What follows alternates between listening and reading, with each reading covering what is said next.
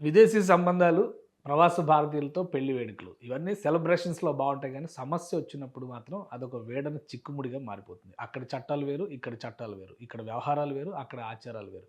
వీటన్నిటికి కాంబినేషన్ ఎక్కడ దొరుకుతుంది? ఒకవేళ అలాంటి సమస్య వస్తే పరిష్కరించే వాళ్ళెవరు?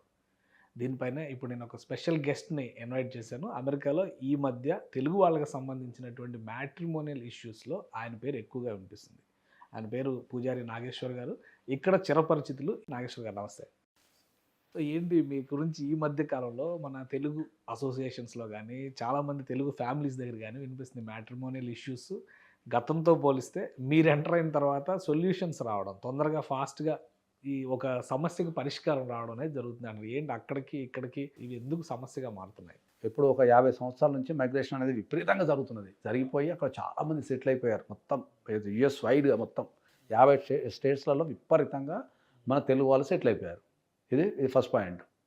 తర్వాత ఇక్కడ అతిపెద్ద ప్రధాన సమస్య ఏంటంటే వీళ్ళ జీవితము సగము మన తెలుగు రాష్ట్రాలలో ఉంటుంది, సగం అక్కడ ఉంటుంది. ఎందుకు అంటే ఏంటంటే వాళ్ళ ట్రాన్సాక్షన్స్, ఫైనాన్షియల్ ట్రాన్సాక్షన్స్ అనేటివి వాళ్ళు సంపాదించిన పైసలు ఇక్కడ పెట్టుబడులు పెట్టడము, లేకపోతే ఇక్కడ రకరకాల పనులు చేయటము, గోల్డ్ కొనుక్కోవటము, అక్కడ కూడా వాళ్ళు నివసిస్తున్నారు కాబట్టి అక్కడ కూడా ఆస్తులు కొనుక్కోవడము. పిల్లలకు కొంతమంది అక్కడ పుడతారు, ఓకే, వాళ్ళకి అక్కడ యూఎస్ పాస్పోర్ట్ వస్తుంది, వాళ్ళ గొడవలు అయ్యి ఒకళ్ళు ఇండియాకి వచ్చేస్తారు, ఒకళ్ళు పిల్లల్ని తీసుకొస్తారు. ఇట్లా కొన్ని వేల రకాల సమస్యలు ఉండిపోయినాయి వాళ్ళ మధ్యలో, ఓకే. కాబట్టి ఇక్కడ ప్రధానంగా నేను లాస్ట్ టైం యూఎస్ పోయినప్పుడు నేను ఎదుర్కొన్న సమస్య ఏంటంటే ఎవరిని కదిలించినా కూడా అక్కడున్న ప్రతి తెలుగు వాళ్ళు సరైన లీగల్ సొల్యూషన్, అంటే సరైన లీగల్గా వాళ్ళకు అడ్వైస్ దొరకక చాలా ఇబ్బంది పడుతున్నారు. అది ప్రధానంగా నేను గమనించింది ఏంటంటే జీవితం ఏమో మనకి ఇండియాతో ముడిపడి ఉన్నది, వాళ్ళు నివసించేదేమో అక్కడ. కొన్ని ఆశలు ఇక్కడ ఉంటాయి, కొన్ని సాకులు ఉంటాయి. నివాసం అంతా కూడా అక్కడే ఉంటుంది కదా! ఇష్యూ జరిగినా గానీ అక్కడే ఉంటుంది కదా! అమెరికన్ టెరిటరీలోనే సొల్యూషన్ కోసం వాళ్ళు ప్రయత్నించాలి. అక్కడ చట్టాలనే అనుసరించాలా? లేదంటే ఇక్కడ చట్టాల ప్రకారం కూడా వీళ్ళు అప్రోచ్ అవ్వడానికి అవకాశం ఉంటుంది? గ్లోబల్ రూల్ ఏముంటుందంటే, గ్లోబల్ రూల్ అంటే ప్రపంచ రూల్ ఏముంటుందంటే నువ్వు ఏ దేశంలో ఉంటావో ఆ దేశ చట్టాలు గౌరవించాలి. That is the global rule. అవును. When it comes to the మ్యారేజ్కి వచ్చాక ఎదురయ్యే అతిపెద్ద ప్రాబ్లం ఏంటంటే మన తెలుగు వాళ్ళ జీవితం ఏంటంటే సగం యూఎస్లో ఉంటుంది వాళ్ళ జీవితం, సగం ఇండియాలో ఉంటుంది, ఓకే. ఎందుకు అంటే దీంట్లో ఇమిగ్రేషన్ ప్రాబ్లమ్స్ ఉంటాయి, వీసా ప్రాబ్లమ్స్ ఉంటాయి. కొంతమంది H1B మీద ఉంటారు, కొంతమంది F1 మీద ఉంటారు, కొంతమంది గ్రీన్ కార్డు మీద ఉంటారు, కొంతమంది కొంతకాలం పనిచేసి ఇండియాకి వచ్చేద్దాం అనుకుంటారు. ఇట్లా రకరకాల సమస్యలు ఉన్నాయి. కొంతమంది ఏదైనా సమస్య కాగానే అన్ని ఉడవికొని వచ్చి ఇండియాకి వచ్చేస్తుంటారు. కొన్ని ఆస్తులు ఇక్కడ కొంటాము, కొన్ని ఆస్తులు అక్కడ కొంటాము. పిల్లలు కొంతమంది అక్కడ పెరుగుతారు, కొంతమంది ఇక్కడ పెరుగుతారు. ఇట్లా వేల సమస్యలు ఉండిపోయినాయి వాళ్ళ మధ్యలో. సో జనరల్ రూల్ ఏంది అంటే ఏ దేశంలో ఉంటే మనం ఆ దేశం రూల్స్ పాటించాలి, జనరల్ రూల్. కానీ ఇక్కడికి వచ్చారికి మనకు మ్యాట్రిమోనియల్ ఇష్యూస్కి వచ్చారికి ఏంటంటే మన కల్చరు, నివసించే విధానము, మన పద్ధతులు, మన అలవాట్లు, ఆచారాలు అన్నీ ఒక తిరుగుంటాయి. ఇప్పుడు అందరికీ అర్థమయ్యే భాష చెప్పాలంటే ఏంటంటే మనం పెళ్ళిళ్ళు చేసుకుంటాం అనుకుందాం. ఏ చట్ట ప్రకారం చేసుకుంటాం పెళ్ళిళ్ళు? ఇండియన్ యాక్ట్ ప్రకారం చేసుకుంటాం. హిందూ మ్యారేజ్ యాక్ట్ కానీ, ఇండియన్ డైవోర్స్ యాక్ట్ కానీ, లేకపోతే ముస్లిం ప్రకారం మ్యారేజ్ చేసుకుంటాం, ఓకే. యూఎస్లో నువ్వు డైవోర్స్ అప్లై చేస్తే నువ్వు ఇండియన్ యాక్ట్ని, ఒక హిందూ మ్యారేజ్ యాక్ట్ కావచ్చు, లేకపోతే ఒక ముస్లిం యాక్ట్ కావచ్చు, లేదా ఒక క్రిస్టియన్ యాక్ట్ కావచ్చు, యూఎస్లో గవర్నమెంట్ ఎట్లా క్యాన్సిల్ చేస్తుంది చెప్పండి? That is the first problem ఎదురయ్యేది. సో దీనికి కూడా సొల్యూషన్ ఉంది, కానీ ఎట్లా గవర్నమెంట్ క్యాన్సిల్ చేస్తుంది అనేది ఒక ఫస్ట్ పాయింట్. రెండోది, కొన్ని సందర్భాలలో నువ్వు యూఎస్లో లీగల్ తీసుకున్నా కూడా ఎదురే సమస్యలు చెప్తాను నేను. ఫస్ట్ ఎదురే లీగల్ సమస్యలు ఏదైనా ఒక కుటుంబానికి అక్కడ లీగల్గా ఏదైనా ప్రాబ్లం వచ్చింది మ్యాట్రిమోనియల్ ఇష్యూస్కి సంబంధించి అంటే ఏంటంటే అక్కడ అటర్నీస్ ఎవరైతే ఉంటారో వాళ్ళు ఇండియాలో మనం దొరికినంత అవైలబుల్లో దొరకరు. అక్కడ ప్రతి అక్కడ చాలా కాస్ట్లీ అంటారు కదా. కాస్ట్లీ అనేది సెకండరీకి వద్దాం, ఫస్ట్ వాళ్ళకి కలవడం కష్టం. ఇండియాలో కాల్ చేసిన రపకన కాల్ చేసి అడ్వకేట్ నువ్వు చెప్పా నీకు లేదాడ, వాళ్ళ అపాయింట్మెంట్ తీసుకోవాలా ఫస్ట్. ఓకే, వాళ్ళ అపాయింట్మెంట్ మన ఇండియాలో ఉన్నట్టు ఎప్పుడు పడతావు రా వచ్చాయి, నువ్వు వచ్చాయి, నేను ఖాళీ ఉన్నా రానరు అక్కడ.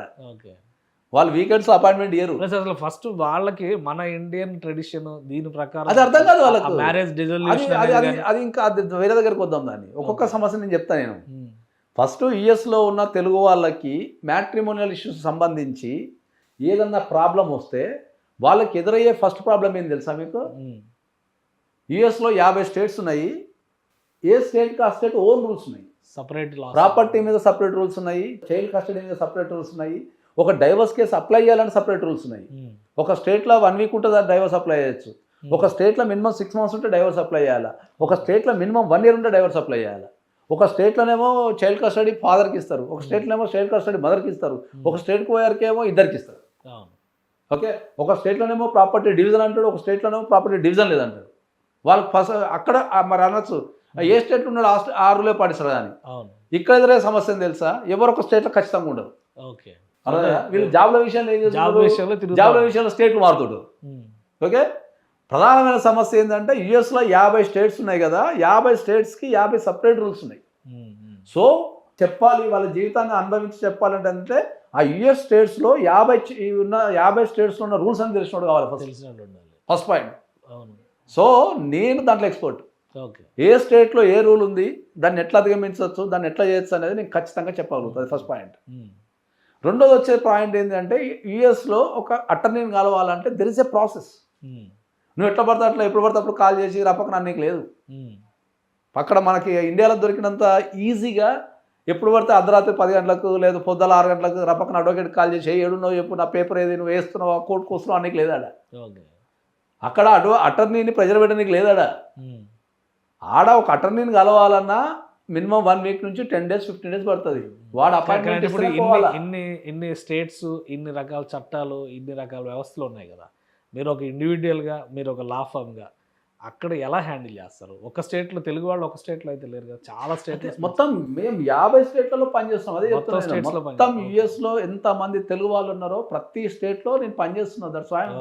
అదే నేను చెప్పేది ఇప్పుడు అందరికీ. ఓకే. ఆ చట్టాల మీద అవగాహన, అక్కడ కోర్టు ఫంక్షనింగ్ ఎట్లుంటుంది, అడ్వకేట్ కాంటాక్ట్ ఎట్లుంటాయి, ప్రైజింగ్ ఎట్లుంటుంది అనే దాని మీద మనం మొత్తం దాన్ని రీసెర్చ్ చేసి మొత్తం నేర్చుకొని అమెరికాలో మళ్ళీ అక్కడ నుంచి ఇంకో ప్రాబ్లం ఏంది, అక్కడదే కాదు వీళ్ళ జీవితం ఇక్కడ కూడా అయింది. మళ్ళీ వీళ్ళ జీవితాలన్నీ మళ్ళీ తెలంగాణకు ఆంధ్రప్రదేశ్కి సంబంధించినవి. సో మళ్ళీ ఇక్కడ చూసుకోవాలి లీగల్ ఇష్యూస్, చైల్డ్ కస్టడీ కావచ్చు, ఆస్తులు కావచ్చు, పంపకాలు కావచ్చు, డౌరీ కావచ్చు, గోల్డ్ కస్టడీ కావచ్చు, ఇవి రెండు చూసుకోవాలి. సో ఇక్కడ మనకు తెలంగాణలో ఆంధ్రప్రదేశ్లో ఉన్న ప్రతి చట్టాల మీద మనం ఇక్కడ డైవర్స్ ఎక్స్పర్ట్. ఇప్పుడు అక్కడ కూడా నేర్చేసుకున్నాం ఇంకా. ఓకే. ఈ మధ్య అందుకనే మీరు ఎక్కువ ఈ వీడియోస్లో కనబట్టలేదు, ఎక్కువ అమెరికాలోనే ఉంటున్నట్టున్నారు. ఇక మాకు ఇప్పుడు బీయింగ్ అడ్వకేట్ నేను కేసులో చేసుకోవాలి కదా, కాబట్టి ఇప్పుడు మనకు అక్కడ ఇప్పుడు ఒక కెరియర్లో ఎదగడం అంటే ఏంది, నెక్స్ట్ లెవెల్కి పోతాయి కదా. ఇప్పుడు హైదరాబాద్లో ఆఫీస్ పెట్టినాము, కట్ చేస్తే దుబాయ్లో పెట్టినాము ఆఫీసు, లండన్లో పెట్టినాము, ఇప్పుడు అమెరికాలో పెట్టినాము. ఇప్పుడు అమెరికాలో పెట్టింది సక్సెస్ఫుల్ అయింది, లండన్లో పెట్టింది సక్సెస్ఫుల్ అయింది, దుబాయ్లో పెట్టింది సక్సెస్ఫుల్ అయింది. ఈ అమెరికాలోనే ఇప్పుడు చాలా ఇష్యూస్ వస్తూ ఉంటాయి. అక్కడికి వెళ్ళి పెళ్లి చేసుకున్నాక డైవర్స్ అని చెప్పని వాళ్ళు పంపించడం, వీళ్ళు ఎక్కడికి వచ్చేయడం, వాళ్ళు అక్కడ ఉండడం, ఇట్లాంటి ఇష్యూస్ చాలా వస్తూ ఉంటాయి. మనం చాలా కేసెస్ కూడా వింటూ ఉంటాం. మీరు చేసిన వాటిలో అన్సాల్వ్డ్, దీనికి పరిష్కారం రాదు అని భయపడినటువంటివి సాల్వ్ చేసినవి ఏమైనా ఉన్నాయా ఈ మధ్య? అమెరికాలో అట్లా చాలా కేసులు చేసినట్లు. అంటే అమెరికాలో ఒక కొరకరాని కొయ్య టైపులో ఉన్న విషయాలు కూడా చాలా సాల్వ్ చేసినది. ఓకే. ఎందుకు సాధ్యమైంది అని ఏంటంటే యుఎస్లో అతిపెద్ద ప్రాబ్లం ఏంటంటే అక్కడ అటర్నీస్ దే ఫాలో బై బుక్లో ఏం రాసిందో గదే చెప్తారు అంతే. దాన్ని సాల్వ్ చేస్తానికి వాడిని లాజిక్ ఉపయోగించాడు. ఓకే. లాజిక్ అస్సలు ఉపయోగించాడు. ఇప్పుడు మీకు అర్థమయ్యే భాషలో చెప్తాను నేను. ఒక కేసు నేను సాల్వ్ చేసి చెప్తాను నేను. అక్కడ ప్రాపర్టీ డిస్ట్రిబ్యూషన్ ఉంటుంది. అంటే పెళ్ళైన తర్వాత భార్యాభర్తలు పెళ్ళైన తర్వాత ఒక 5 సంవత్సరాలు గొడవ అయింది అనుకుందాం. వాళ్ళు డైవర్స్ అప్లై చేసుకున్నప్పుడు ఏం చేస్తారంటే అక్కడ ఇద్దరు ఆస్తులు, పెళ్ళైన తర్వాత సంపాదించిన ఇద్దరు ఆస్తులు, ఒక్కరుంటే ఒక్కరు, ఇద్దరు ఉంటున్నారు, అన్నీ ఒక దగ్గర పోగేయాలి. ప్రతిదీ ఈచ్ అండ్ ఎవ్రీథింగ్, అది ఇండియాలో కొన్నా ఏడో కొన్నా ప్రతి దాన్ని అక్కడ లిస్ట్ అవుట్ చేసి కోర్టులో సబ్మిట్ చేయాలి. వీళ్ళ అడ్వకేట్ వాళ్ళకి ఇచ్చుకోవాలా, వాళ్ళ అడ్వకేట్ వీళ్ళకి ఇచ్చుకోవాలా, చూసుకొని అది ఎట్లా డిస్ట్రిబ్యూషన్ చేయాలా, ఎక్స్పెన్సెస్ ఏమున్నాయని చెప్పి చేస్తారు. ఓకే. ఇక్కడ ఒక కేసులో అతిపెద్ద ప్రాబ్లం వచ్చింది. ఏంది అతిపెద్ద ప్రాబ్లం అంటే ఏంటంటే గోల్డ్. ఒక కేజీ గోల్డ్ ఉంది. ఓకే. కేజీ గోల్డ్ ఆ అబ్బాయి కొన్నాడు. కొన్న తర్వాత వైఫ్కి గోల్డ్ కొంటే జనరల్గా వైఫ్కే ఇస్తాం కదా, జనరల్గా చెప్తున్నా. అక్కడ రూల్ ఏం తెలుసా, భార్య ఇస్తుంది గిఫ్ట్, దాన్ని తిరిగి తీసుకోనికి లేదు. దళిత రూల్. సో ఈ కేజీ గోల్డ్ గిఫ్ట్ కింద వెళ్ళిపోతుంది. ఇప్పుడున్న లెక్కల ప్రకారం ప్రజెంట్ గోల్డ్ 1,40,00,000 కేజీ గోల్డ్.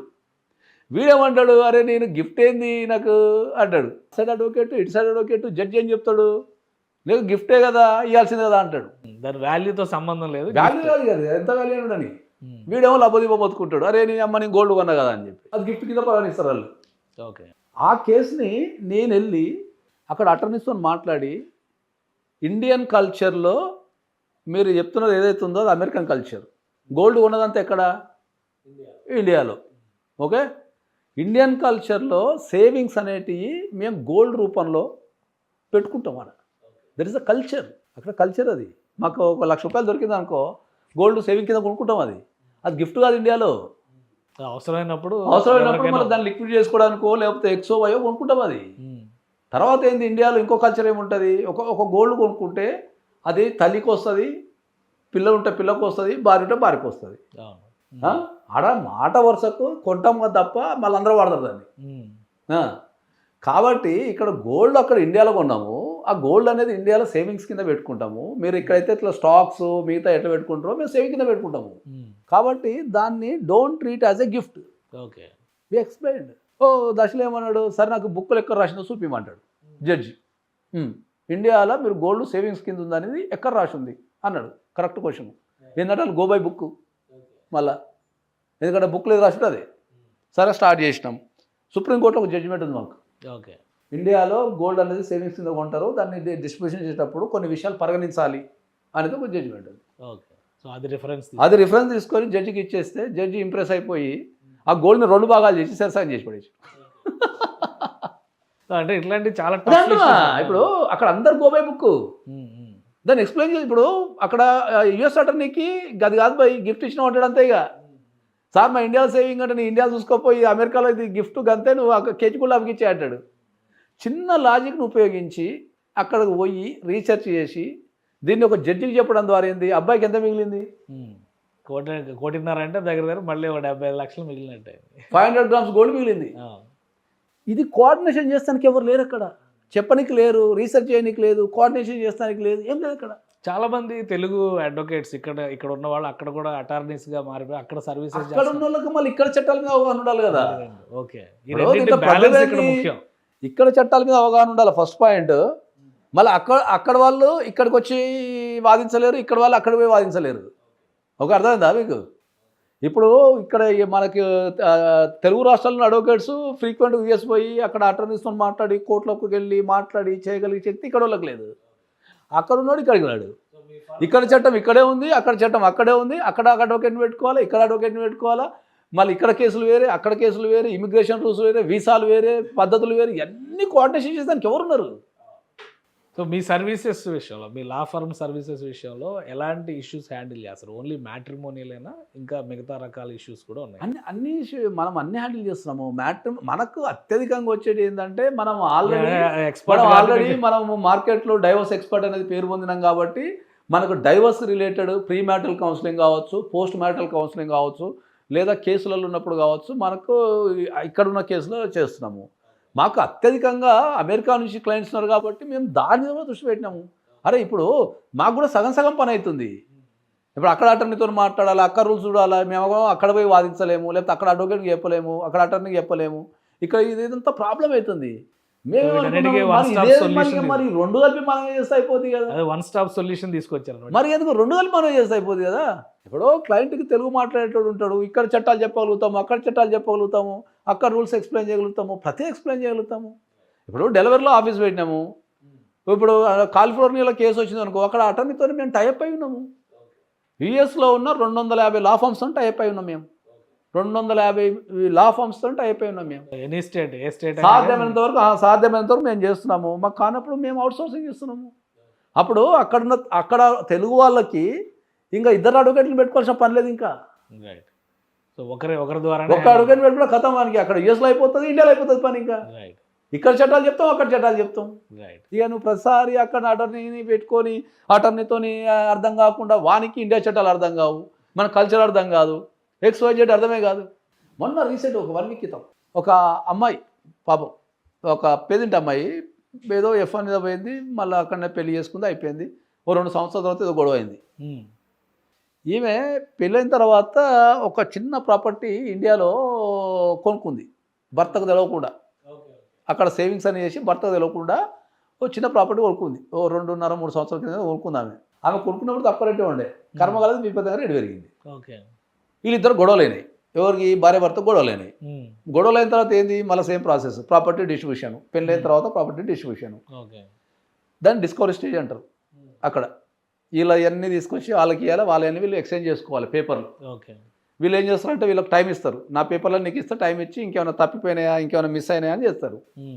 అయితే ఈ అటర్నీ ఈ అమ్మాయి ఏం చెప్పింది, అటర్నీకి ఉన్న విషయం చెప్పింది, ఎందుకంటే అడ్వకేట్ కావద్దని చెప్పదు కదా.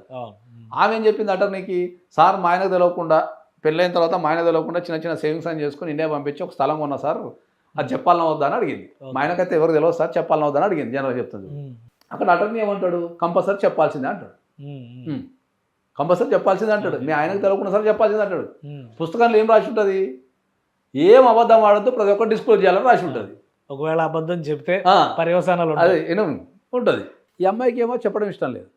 వీడేమో అటర్నీ కంపల్సరీ చెప్పాల్సిందని అటర్నీ చెప్తున్నాడు. నువ్వు చెప్పకపోతే నేను కేసు నేను దాన్ని కోర్టులో సబ్మిట్ చేయ, ఆ పేపర్లు కూడా తీసుకురా వేస్తాను వీడు అంటాడు. ఇది పంచాయతీ. ఆ అమ్మాయికి చెప్పడం ఇష్టం లేదు. మనం ఏం చేసినాం, నెక్స్ట్ లెవెల్లో అది కేసు మా దగ్గరకు వచ్చింది. సార్ ఇట్లా ఉంది సార్, మరి ఇక్కడ అటర్నీ ఏమో చెప్పాలంటున్నాడు, నేను అది చెప్తే నేను ఏదో ఇష్టపడి దొంగతనంగా అప్పుడు ఇంత పైసలు తీసి దాచుకున్నా సార్, నాకు అది ఉంటే బాగుంటుంది, వీళ్ళు కూడా డిస్ట్రిబ్యూషన్ చేస్తారు సార్ అంటారు. సరే అని చెప్పేసి నేను సరే అమ్మ నీ అటర్నీతో మాట్లాడతా, పర్మిషన్ తీసుకొని చెప్పి అటర్నీతో మాట్లాడితే వాడు పుస్తకం అంతా అది పుస్తకాన్ని ఇట్లా ఉంది సార్, మేము ఇట్లనే చేస్తాం అంటాడు. మనం క్వశ్చన్ అడిగినా, సరే పుస్తకంలో అన్ని నిజాలు చెప్పాలని ఉంది, ఓకే అయిపోయింది. ఇప్పుడు నేను చెప్పలేదు, నేను చెప్పకుండా నేను ఫైల్ చేసిన ఏమవుతుంది అన్నాడు. ఏముంటుంది సార్, ఆపరేట్ వాళ్ళు కనిపెడితే తెచ్చి యాడ్ చేసి పంచుతారు అన్నాడు. మరి నీకు చెప్పుడు ఎందుకు రాయ్యా, ఒకవేళ వాళ్ళు డిస్క్లోజ్ చేస్తే అప్పుడు వాళ్ళు డిస్క్లోజ్ చేస్తే యాడ్ చేస్తే పంచుతుంది అన్నాడు. మరి దీనికి ఎప్పుడు ఎందుకు వేసారంటే మేమేం అంటున్నాడు.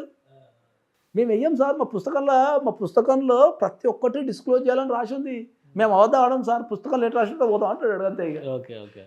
తర్వాత ఆయన దగ్గర నుంచి ఎన్ఓసి తీసుకొని మళ్ళీ వేరే అటర్నీని పెట్టి ఆ ఆస్తి చెప్పకుండా వేస్తే ఎవరు కనిపెట్టలేదు, ఆమెకు డైవర్స్ అయిపోయింది, ఆస్తి మిగిలింది. ఓకే. వాళ్ళకు అక్కడ ఏంది యుఎస్ అటర్నీస్ ఏంటంటే దే గో బై బుక్. బుక్లో ఏం రాసి ఉంటే గంతే. ఇక దానికి బిహైండ్ పోరు, అమ్మో ఎందుకో కోర్టుకు అవ్వదని చెప్పొద్దానో, లేకపోతే కోర్టు ఇట్లా అవుతుందేమో అని భయపడతారు. కానీ మానవ జీవితంలో అప్పుడప్పుడు ఇట్లాంటి చిన్న చిన్న టెక్నిక్స్ వాడితే దాన్ని విజయం సాధించే అవకాశం ఉంది కదా. ఇంతకుముందు గోల్డ్ స్టోరీ, 50 తులాల గోల్డ్ మిగిలింది ఆయనకి, స్థలం మిగిలింది. అట్లనే మనకు చైల్డ్ కస్టడీలు అని, వీసాస్ అని చాలా ఇష్యూస్ ఉన్నాయి. అవి రెండు ఏమైందంటే యుఎస్లో నివసించే ప్రతి తెలుగు వాళ్ళకు మన తెలుగు రాష్ట్రాలతోనే సంబంధాలు ఉన్నాయి, అన్ని రకాల సంబంధాలు ఉన్నాయి. వాళ్ళ జీవితం అక్కడనే పరిపూర్ణంగా లేదు, ఇక్కడ పరిపూర్ణంగా లేదు. కాబట్టి రెండు యుఎస్ స్టేట్స్కి సంబంధించి మనకు రెండు రాష్ట్రాలకు సంబంధించి మ్యాట్రిమోనల్ ఇష్యూస్లో కంప్లీట్ అవగాహన వ్యక్తులు అనుకుంటే వాళ్ళకి ఒకటే బిల్డింగ్ అవుతుంది, ఒక్కటే అడ్వకేట్ అన్నిటికీ ఆన్సర్ చెప్తాడు. మీ దిశ లా ఫామ్ ద్వారా ఒకటే సొల్యూషన్ వస్తుంది, ఇంకా నువ్వు ఎవరు పెట్టుకోవాల్సిన అవసరం లేదని చెప్తాను నేను. రైట్. థ్యాంక్ యూ నాగేశ్వర్ గారు. అమెరికాలో కూడా యాక్టివిటీ మొదలైంది. దిశ లా ఫామ్ పేరిట నాగేశ్వర్ పూజారి గారు నిర్వహిస్తున్నటువంటి లా ఫామ్ దాదాపు 250 సంస్థలతో ఇంటిగ్రేట్ అయి పనిచేస్తున్నారు. నెలలో వారం రోజులు అక్కడే అందుబాటులో ఉండే విధంగా నాగేశ్వర్ పూజారి గారు ప్రణాళికని సిద్ధం చేసుకున్నారు. అక్కడ చట్టాలు ఇక్కడ చట్టాలను బ్యాలెన్స్ చేసి డైవర్స్ కేసెస్ కావచ్చు, వీసా రిలేటెడ్ ఇష్యూస్ కావచ్చు, సమస్య ఏదైనా కానీ వన్ స్టాప్ సొల్యూషన్ అని చెప్తున్నారు. ఇది స్పెషల్ డిస్కషన్.